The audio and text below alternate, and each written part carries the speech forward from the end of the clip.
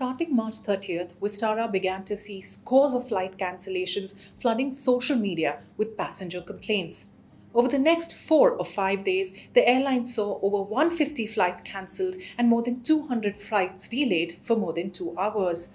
The airline attributed the cancellations to crew unavailability. We will unpack what that means a little later, but in order to cope with the situation and to avoid any further inconvenience to passengers, the airline decided to drop a total of 1,000 flights in the month of April, or roughly 30 flights a day. This is about 10% of the airline's total number of daily flights. We first begin with answering whether this is expected to impact your travel plans this month. There is no data yet to show that there is a spike in airfares because of Vistara cancelling about 1,000 flights in April. If some sectors have shown a spike relative to March, it is a seasonal spike, which means that it is because we have now entered the peak summer travel season, which kicks off in April and stays till June when the summer break in school ends. For example, Delhi Shimla had 30% increase in the first week of April for flights booked same day, but this could be because people are traveling to colder climates. Importantly, Vistara also hasn't dropped any sector. That is, it is flying to all its destinations. This means that there is no reason yet for competitors to raise airfares. It also seems that it is safe to book Vistara as flights that had to be dropped have already been removed from the system. The airline has also re-accommodated passengers impacted due to cancellations on other flights. So why did we see cancellations at Vistara? The cancellations that we saw from March 30th were nothing new. There were already cancellations happening at Vistara from mid-February, only their number grew from around 10 to 15 flights cancelled daily to as many as 50 flights a day. These cancellations were attributed to quote-unquote crew unavailability, which could mean two things. One, either the airline did not have adequate number of pilots for its flights, or two, the pilots were on some sort of a silent protest and not turning up for flights.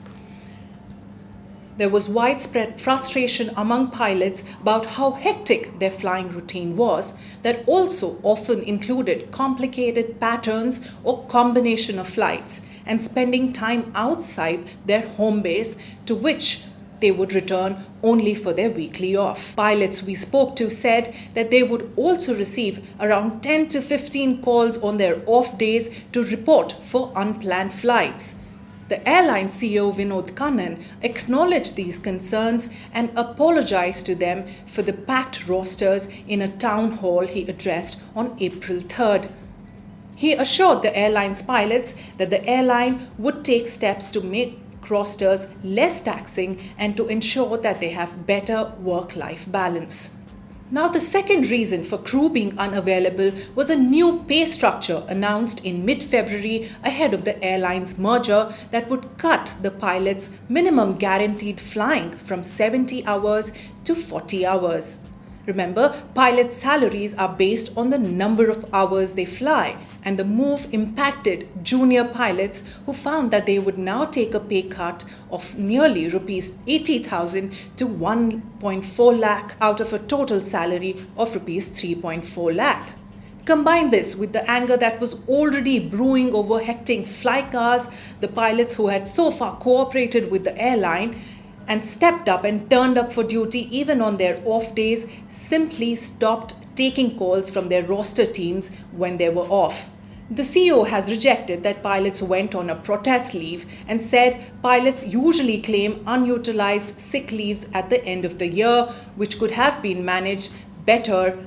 So why should we care about this deep unrest among pilots? While impact on flights disturbs travel plans and causes inconvenience to passengers, the bigger issue here is of mounting fatigue levels among pilots and how it impacts aviation safety. Fatigue levels are growing in an industry that is also among the fastest growing in the world and grapples with lack of adequate pilots due to various issues such as training infrastructure as well as poor quality of training in India. There is a deep anger among pilots after the aviation safety regulator, the DGCA, gave in to pressure from airlines and indefinitely postponed the implementation of new norms governing their duty and rest times. These raised their weekly rest from 36 hours to 48 hours, as well as curtailed night flying, which is said to have the biggest impact on fatigue levels.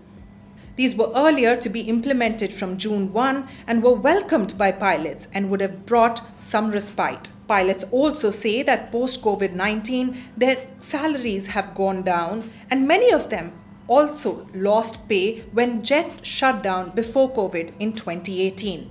However, post-pandemic, airlines world over have been able to witness good yields, which means they're able to earn more rupee per passenger for every kilometer.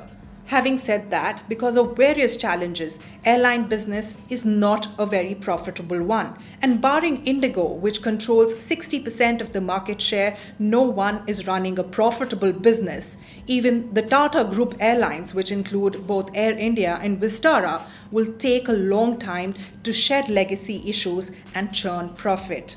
With that, we come to the end of this presentation. For more such videos, do log on to www.thehindu.com and subscribe to our YouTube channel.